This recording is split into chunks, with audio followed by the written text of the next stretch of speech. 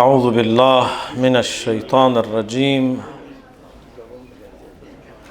بسم الله الرحمن الرحيم. الحمد لله رب العالمين، والصلاة والسلام على رسول الله الأمين سيدنا ونبينا محمد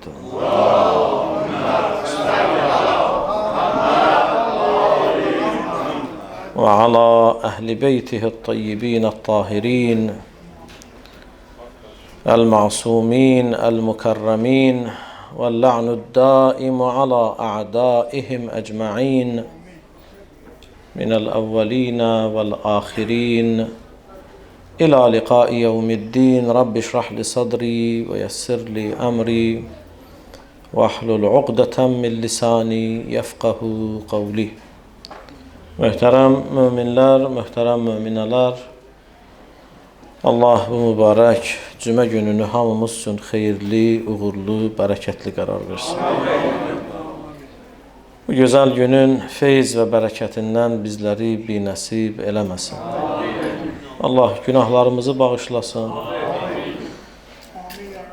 Müşkül və problemlərimizi öz böyüklüyünə xatir bizə rəhm eləyib həll eləsin. Darda olanlarımıza tezliklə nicat versin.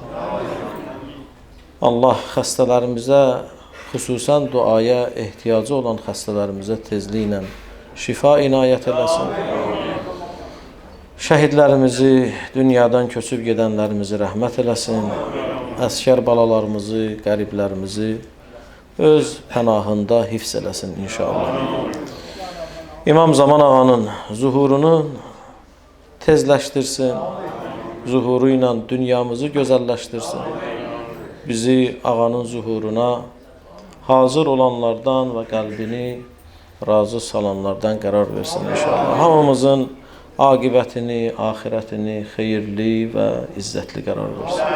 Bütün bu dualarımızın qəbulundan ötürü Muhammed və Ali Muhammedi 3 dəfə ucalı salavatla yad ediyor.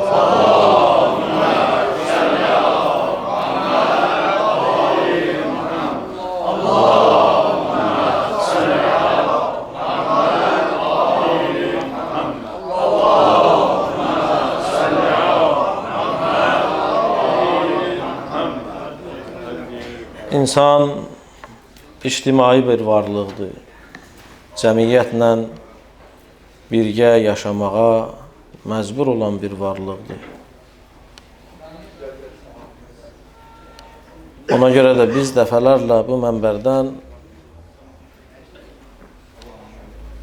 zahidlik ki, bəziləri tərki dünyalıq mənasında onu izah edir. Gedəsən, çəkiləsən dağa, daşa, mağarada, tək tənha bütün cəmiyyətdən özünü təzrid eləyib, ancaq orada ibadət itaət edəyəsən, İslam bu mənada zahidliyi qəbul eləmir.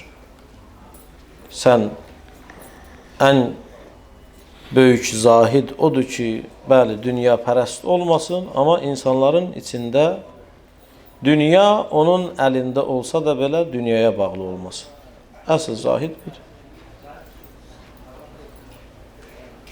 Amma sən get bir mağarada otur, bütün cəmiyyətdən uzaq, orada ibadət itaət elə. Bu insanlıq deyil və İslam da bunu qəbul eləmir. Ən gözəl insan, insanların içində yaşayıb onlara xidmət eləyən insandır. Ən gözəl insan, ən ali insan, insani dəyərləri cəmiyyətdə qoruya bilən insandır. İnsanlıq bununla ölçülür. Təbii ki, insanlıq möminlikdən bir pillə nədir? Üstündür. Biz həmişə bunu deyirik ki, biz ibadət, itaət eləmək məqsəd deyil. O hədəfdir. Üzr istəyirəm, hədəf deyil, məqsəd deyil, o vasitədir. Necə ki, məsələn, bir susuz su içmək istəyir, su onun hədəfidir, su içmək istəyir. Su içmək, suya çatmaq onun hədəfidir ki, öz susuzluğunu aradan aparsın. İndi quyudan suyu çıxardıb kəndirlə çıxaracaq, nə vasitə ilə çıxaracaq, motorla vuracaq. Bunlar hamı vasitələrdir. Bu günləri ibadət də bizi Allaha çatdıran, bizi insan eləmək üçün bir vasitədir. Bizim insan olmağımız üçün vasitədir. Ona görə də İslam dini bizə tövsiyə edir ki, yaşadığınız yerdə həmişə bir-birinizə qarşı diqqətli olun. Bir-birinizin haqqını müdafiə edin və bir-birinizin haqqına heç vaxt səy eləyin ki, girməyəsiniz. Səmərə ibn Cündub Peyğəmbərin dövründə yaşayan şəxslərdən biridir. Səmərənin bir evi olur, bağın içində bir evi olur. Həyat evi də bizim bu Lənkəran evləri kimi bir evi olur. Səmərə bunu götürür, bir müsəlmana öz evini satır. Evini satandan sonra evinin, bağının ortasında bir xurma ağacını istisna edir. Deyir, evi, burada nə var, bağ, bağça, hamı sənin, amma bu xurma ağacını satmıram, o mənim mülkümdür.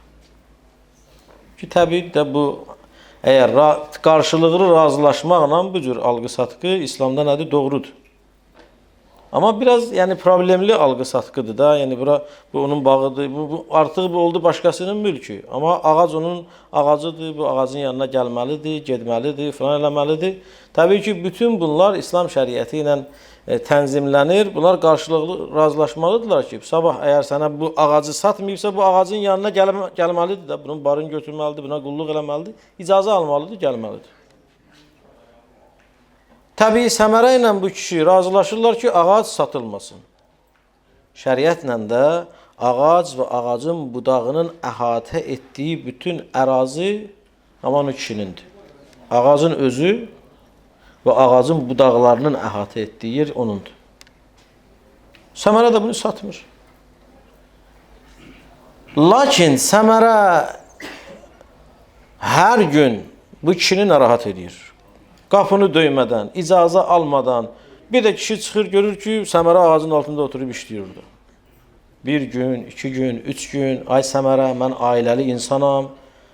Bəzən belə həssas vaxtlar olur ki, yoldaşım həyatda olur, uşaqlarım həyatda. Sən qərib insansan, sən bir icazə al, naməhrəmsən, sən bir icazə al, mən yoldaşıma deyim, girsin içəriyə.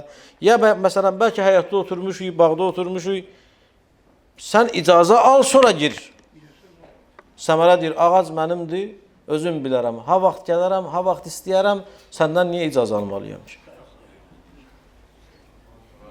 Bir dəfə buna xəbərdarlıq eləyir, 2 dəfə buna xəbərdarlıq eləyir. Xəbərdarlığın faydası olmadığı halda gəlir Peyğəmbər sallallahu aleyhi və səlləmin yanına Səmərədən Rasulullaha şikayət edir. Deyir, ya Rasulullah, Səmərə bizim el dilində məni boğaza yığıb. Ailəm həyatda rahat gəzə bilmir. Mən bir səhv eləmişəm ki, ya Rasulallah, bununla bu şərtə razılaşmışam. Evi satıb mənə ağac onundur. Səmərəni Peyğəmbər sallallahu aleyhi və səlləm yanına səsləyir. Deyir ki, Səmərə, bu kişi səndən şikayətçidir, sən ona əziyyət edirsən. Gəl, necə ki bu evi satmışsan, uzun söhbətdən qısaldıram. Bu ağacı da nədir? Sat ona, pulunu al. Deyir, ya Rasulallah, ağacı sata bilmərəm. Deyir, yaxşı, ona satanmırsansa, mənə ver ağacı. Mən sənə, bax, bu bağın xaricində ondan daha yaxşı bir ağac verərəm. Sənə lazımdır, məsələn, bu sənə, belə deyək də, bu sənə 100 kilo bar verirsə, mən sənə belə bir ağac verəcəyəm, özü də Peyğəmbərin verdiyi ağac, bədbəxt olub da bu Səmərə. Bu sənə 500 kilo bar verir. Deyir, yox ya Rasulullah, istəmirəm. Deyir, Səmərə, bir ağacın əvəzinə öz əlimlə əkdiyim 10 ağac sənə verəcəyim. Deyir, ya Rasulullah, istəmirəm. Deyir, Səmərə, o ağacı ver o kişiyə, sənə cənnətdə bir xurma ağacı verəcəyəm. Bu bir söz nə deməkdir? Yəni, sən o ağacı ona verməklə, sən cənnət əhlisən. Artıq sənin cənnətə girməyi Peyğəmbər nəyi verir? Zəmanəti verir. Sənə əgər cənnətdə ağac verirsə, demək sən cənnət əhlisən ki, o ağacdan istifadə edə bilərsən də. Səmərə deyir ki, belə, nə olursa olsun, yox ki, yox. Mən o ağacı satmayacağım. Peyğəmbər sallallahu aleyhi və səlləm baxır Səmərəyə, deyir, əntə rəculun mudar. Sən zərər verən kişisən. Sən sözlə başa düşən kişi deyilsən. Əmr eləyir müsəlmanlara, gedin onun ağacını kökdən çıxarın, atın kişinin bağından kənara, harada istəyir, əksin öz ağacını, getsin qulluq eləsin. Bu gündən etibarən o bağa girməyin sənin qadağandır. Mərhələ Rasulullah, bax, insan nə qədər bədbəxt olur, görsən. Deyir sənə, daha yaxşısını verirəm, deyir, yox. 5 dənə verirəm, yox. 10 dənə verirəm. Cənnətdə sənə bir ağac verirəm, bir yox. Ona görə də baxın, Səmərə həm ağacsız qalır, daha da bir də heç ağac da gedir, heç bir şey qalırkən. Mənim söhbətim bundan deyil. Peyğəmbər bu hədisin, bu hadisənin sonunda Səmərəyə belə bir söz deyir. Əntə rəculun mudar. Sən zərər verən kişisən. La darara və la zirara fil İslam. İslamda da zərər vermək və zərərə də nədir? Zərərlə qarşılıq vermək olmaz. Bu hadisə və Peyğəmbərin bu dediyi söz bizim bu günləri İslam aləmində fiqhi qaydalardan biridir. Yəni şər'i qaydadır, termindir, düsturdur ki, bizim böyük alimlərimiz bunu öz kitablarında bəhs ediblər, yazıblar, bundan hökmlər çıxardıblar. Bu günləri baxın, bu bizim cəmiyyətdə də bizim üçün ən önəmli qaydalardan biridir ki, İslamda heç kimə zərər vermək olmaz və hətta zərərə də nədir? Zərərlə cavab vermək olmaz. Bəs sənə bir zərər veribsə, bəli, sən onu şikayət edə bilərsən, sən onu öz haqqını tələb edə bilərsən, ondan halallaşa bilərsən, amma o sənə bir qapaz vurubsan, 10 qapaz vur onun başına, bu sənin işindir. Və yaxud o sənə laf vurubsa da, sən götürüb özün öz başlarıq eləsən, öz haqqını ondan al, olmaz. Çünki bu günləri düzdür, İslam dinində məsələn Quran ayəsidir ki, İslam qanunlarına görə oğrunun əlini nə eləyirlər? Kəsirlər. Bu barmaqların ta dibindən oğrunun əli Quran ayəsinə əsasən kəsilir. İndi biri birinin mülkünə girib oğurluq eləyib, onu götürüb özü onun əlini kəsə bilər? Xeyr. Olmaz. Qayda var, qanun var. Məhkəmə buna qərar verməlidir, baxılmalıdır. Bu oğurluğu nə eləyib, nə səbəb olub? Bəzən bəzi şübhələr var, bəzən məcburiyyət var, bəzən bəlkə biri məcbur eləyib bunu. Bütün bu şeylər nədir? Bəlkə oğurladığı şey o dəyərdə deyil. Bütün bu şeylər nəzərdən keçiriləndən sonra bəzən nədir? Başqa bir cəza tətbiq olunur, heç onun nədir? Əli kəsilmir. Və bəzən də nədir? Heç başqa bir cəza da nədir? Tətbiq olunmur. Görürsən ki, bu kişi nədir? İndi hansısa bir səbəbdən bu yola düşüb, ona bir yüngülvari xəbərdarlıq olunub. İndi hərə götürüb, belə, bu mənim o evimi oğurlayıb, bunun hökmü, belədirsə mən gələ bunu belə, nizam, bu aləm dəyər bir-birinə, hərə dəyər bir-birinə. Ona görə bu şeylər nədir? Qanun çərçivəsində həll olunur. Ona görə də İslam deyir ki, İslam şəriətində nə zərər var, nə də nədir? Zərərə, zərərlə nədir? Cavab vermək var. Sən, bəli, qanuni çərçivədə öz haqqını tələb eləməlisən. Amma zərər vermək olmaz. Baxın, bu hadisəni mən nəql eləməkdə məqsədim Səmərə barədə danışmaq deyil. Səmərə, indi bu günləri, bəli, təəssüf eləyirəm ki, Səmərə Peyğəmbəri görən olub. Deyirlər, Səmərə Peyğəmbər sahabəsidir, yoxsa ədalətli sahabədir. Beləsiz Allah, ədalətli sahabə olar. Bu bədbəxtdir də. Yəni, insan Peyğəmbəri görüb, Peyğəmbər ona cənnət vədəsi verib, cənnəti istəməyib. Mən indi Səmərə ilə işim yoxdur, amma bir hadisəni sizə deyim. Bu Səmərə ilə bağlı. Bu Səmərə bir söz necə ölüb. Böyük bir qaynar qazana düşüb, orada yanıb, boğulub, ölüb. Qaynar qazanın içində böyük bir qazan, üşütmə xəstəliyi olub onda, çıxıb qazanın üstünə bir yerdə ki, özü bir qızsın üstə, sürüşüb düşüb qazanın içinə. Böyük. Orada da yanıb, çığıra-çığıra ölüb. Ondan işim yoxdur. Əbu Hüreyrə nəql eləyir. Tanıyırsınız, Əbu Hüreyrə bu əhl-i sünnənin ən böyük ravilərindəndir. Deyir, biz 10 nəfər idik, Peyğəmbərin məhzərində idik, 10 nəfər idik. Bizim içimizdə Səmərə ibn Cündüb də orada idi. Peyğəmbər deyir, bizə baxdı, sizin ən axırıncı öləniniz oddadır. Cəhənnəmdədir.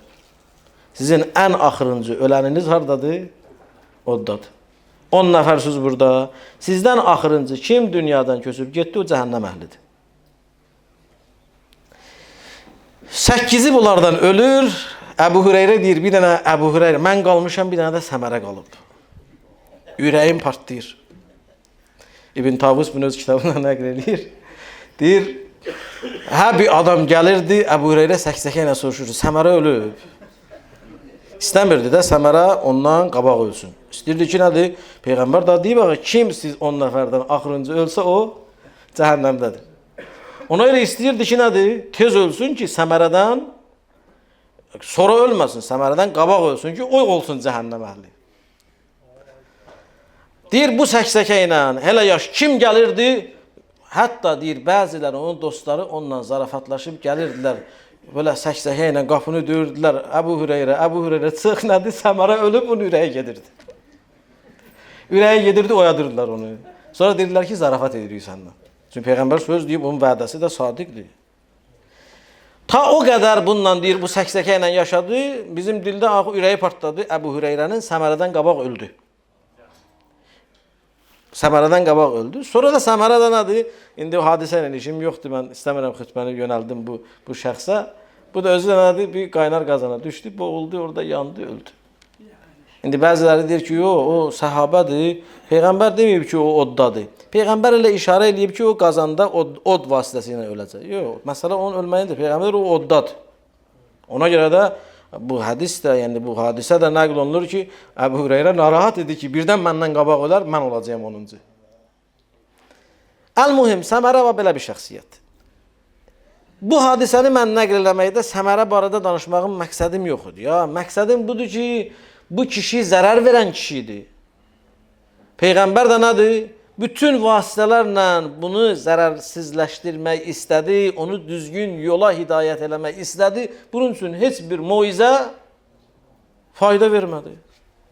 Bu bizim üçün ibrətdir ki, bax, Peyğəmbər bizə deyir ki, siz bir cəmiyyətdə yaşayırsınızsa, sizin qonşularınız var. Sizin ətrafınızda yaşayanlar var. Nabada öz qonşularınıza, ətrafınızda yaşayan insanları öz hansısa bir hərəkətinizlə narahat eləyəsiniz. Çünki zərər vermək ancaq bu hadisədə qeyd olunan kiminsə, məsələn, həyətinə girmək deyil. Bəzən sən həyətə girmədən də kimlərə nədir, hansısa bir hərəkətinlə nə verirsən? Zərər verirsən. İslam bu qədər zərəri də bizə qadağan edir. Peyğəmbər sallallahu aleyhi və səlləmə bəzi səhabələr qonşularından şikayət edirdilər. Deyir, mən gəlmişəm, köçmüşəm bir yerə ki, mənim qonşum mənə əziyyət edir. Məcbur qalaraq Peyğəmbərə şikayət edir ki, ya Rasulallah, mənə Allah belə bir qonşu verib ki, mən onun nə bir xeyr umuram ondan, nə ümidim var ki, bir xeyri var mənə bunun, nə də onun şərrindən amandayım. Gecə gündüz mənə əziyyət verir. Peyğəmbər deyir, dəfələrlə mənbərdə deyərdi ki, nədir? Qonşusuna əziyyət edən bizdən deyil, yəni müsəlman deyil. Peyğəmbər öz dili ilə lənət eləyərdi o şəxsə ki, öz qonşusuna eləyir, əziyyət eləyir. Və hətta bu hadisədə nəql eləyir Peyğəmbər Həzrəti Əliyə, Miqdada, Əbu Zərə, bunlara dedi ki, siz gedin Mədinə məscidində nədir? Uca səslə hamınız cəmaat eşidəcək tərzdə car çəkin, car vurun ki, öz qonşusuna əziyyət eləyən bizdən deyir. Hamı eşitsin sizi ki, qonşusuna əziyyət eləyən nədir? Məlundur.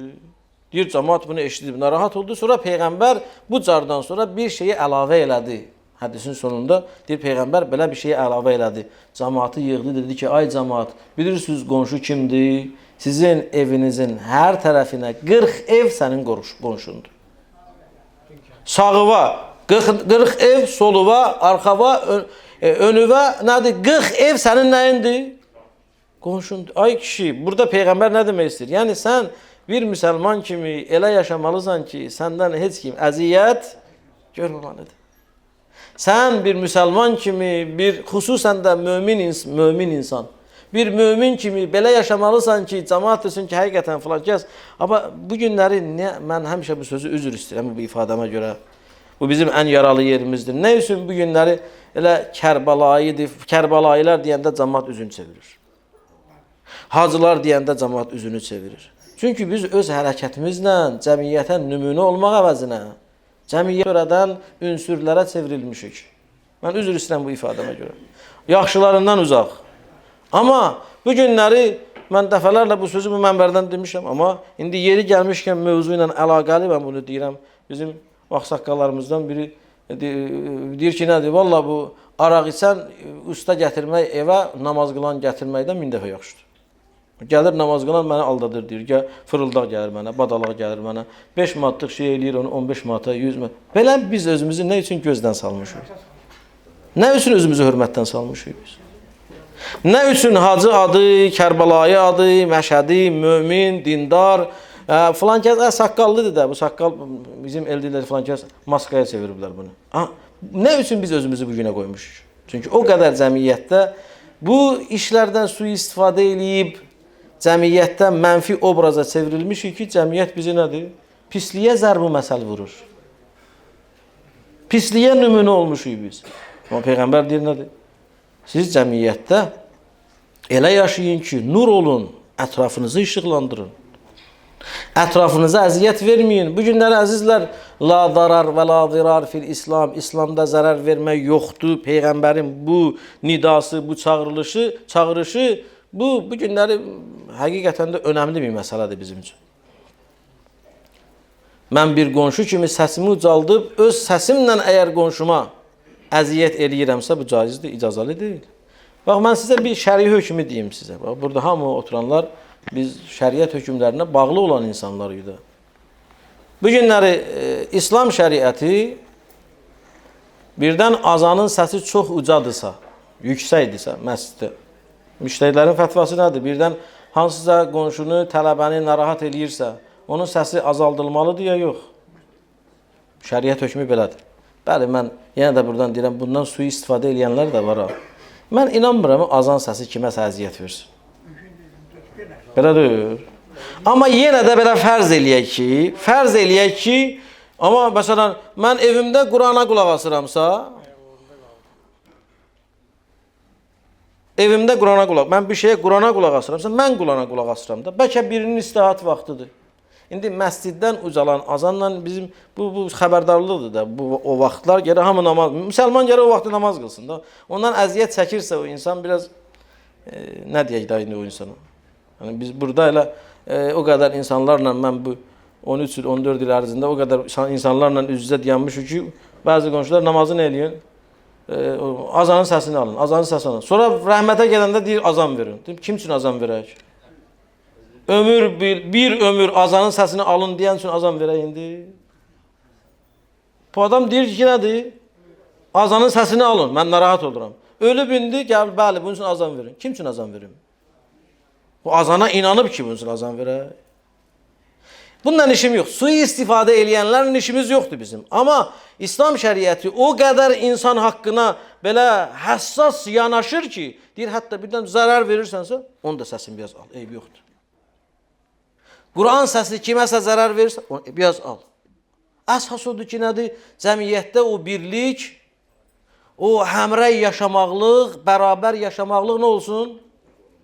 Bərpa olsun. Sən bir yaşayırsan da, sən öz namazınla mənə əziyyət eləməməlisən. Mən öz namazımla sənə əziyyət eləməməliyəm. Başa düşürsünüz? Baxın, ona görə də bəzən azanın səsində Peyğəmbər deyir, alın ki, cəmiyyətdə bu məsələlər qorunsun. Mən bunu misal üçün deyirəm. Baxın, məscidə girəndə namaz qılanlara salam vermək məkruhdur. Niyə? Çünki sən də onların fikrini dağıdırsan. Müəyyən mənada onlara İslam deyir, birgə bir cəmiyyətdə yaşayın, bir olun, bərabər olun, bir-birinizə əziyyət eləməyin. La zarar və la zirar fil İslam. İslamda zərər yoxdur.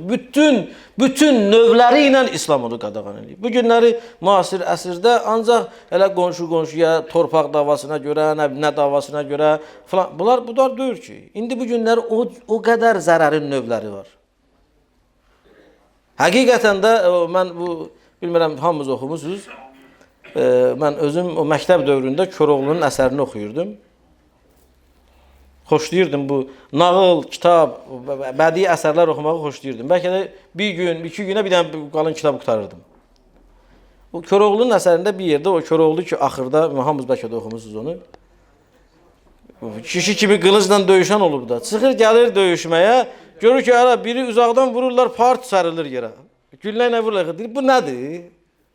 Deyir, bu nədir? Deyir ki, bu tüfəngdir, bu nədir? Bu uzaqdan mərmi atırlar bunu, adam yıxılır, ölür. Baxır, deyir, nədir? Bu döyüşmədən, uzaqdan vurur səni, ölürsən, deyir, kişiliyin dövrü qutardı, qılıncını qoyur yerə. İndi biz elə zamana, namərd bir zamanada yaşayırıq ki, qabaq idi, zərər vermək, dalaşırdı falan. İndi kimin kimdən xoşu gəlir, onu qoyur internetə. Bəli, şəklini paylaşır, gəlin bu falan kəsi tanıyın, falan kəs elədir. Bir nəfərlə sənin konfliktin var, bir nəfər sənin üçün pisdirsə, bəlkə bir cəmiyyət üçün yaxşı bir insandır, sən artıq bunun adına sanına zərər verdin. Artıq sən bunu nə elədin, rüsva elədin, qoydun. Gəlin filan kəsi tanıyaq, gəlin filan. Bu günləri, baxın, bu virtual aləmdə verilən zərər, elə qonşunun qonşuna verdiyi zərərdən qat-qat çoxdur. Çünki sən bunu nə edirsən? Bütün küllü aləmə faş edirsən. Bizim insanlar da belə şeyə belə gedənlərdirlər də. Bir də görsən, aşağıda yazıblar, Allah lənət eləsin, Allah islah eləsin, Allah belə elə. Bilmiyoruz, xəbəri yoxdur, nə olub, nə baş verib. Biz hər sözə görə cavab verəcəyik, hər sözə görə. Əgər buna etiqadımız, imanımız varsa, sən bilmədiyin şeydən müdaxilə edirsən. Bilmədiyimiz şey barədə, şəxs barədə danışmaq, şəxsiyyəti aşağı salmaq, kimisə təhqir eləmək, bu elə haman səmərənin o bağa getməyindən bu pisdir. O bir nəfərə zərər verirdi, sən girmirsən cəmiyyətə. Bu günləri zərərli şeyləri cəmiyyətdə təbliğ eləməklik, bütün cəmiyyətə zərər verməklikdir. Fitnə yaymaqlıq ki, Qur'an-ı Kərimdə Allah deyir, fitnə, ölüm, adam öldürməkdən də pisdir. Niyə? Çünki sən bir nəfər qatil adam öldürür, bir nəfəri qətlə yetirir. Sən bir fitnə yaymaqla bir cəmiyyəti öldürürsən. Bir cəmiyyəti öldürürsən. Ona görə əziz qardaşlar, bu günləri biz vahid bir cəmiyyətdə gərək elə mehriban yaşayaq ki, Peyğəmbər o əsl müsəlman kimdir? Müsəlman o şəxsdir ki, müsəlmanlar onun əlindən, dilindən nədir? Amandadırlar. Yəni, nə əli ilə əziyyət verir, nə dili ilə kimə nə eləyir? Əziyyət verir. Müsəlman budur. Mən əgər bu cür deyiləmsə, bu günləri kiminsə haqqında qeybət eləmək zərərdir. Kiməsə böhtan vurmaqlıq zərərdir. O səmərəyə, səmərənin aqibəti, Allah eləməsin, bu zərər verənlərə də nədir şamil? Bizə də şamil olur. Biz elə bilməyək ki, elə filan kəs belə qatil oğrudur filandır. Yox, indi bu dəqiqə oğruluq müasir oğruluğa çevrilib. İndi şəxsiyyət oğruluğu var, indi haqqa girmək var. Bunlar da bir növ mənəvi oğruluqdur. Cəmiyyətdə həmrəyliyi, birliyi, bərabərliyi aparan mənfur nədir?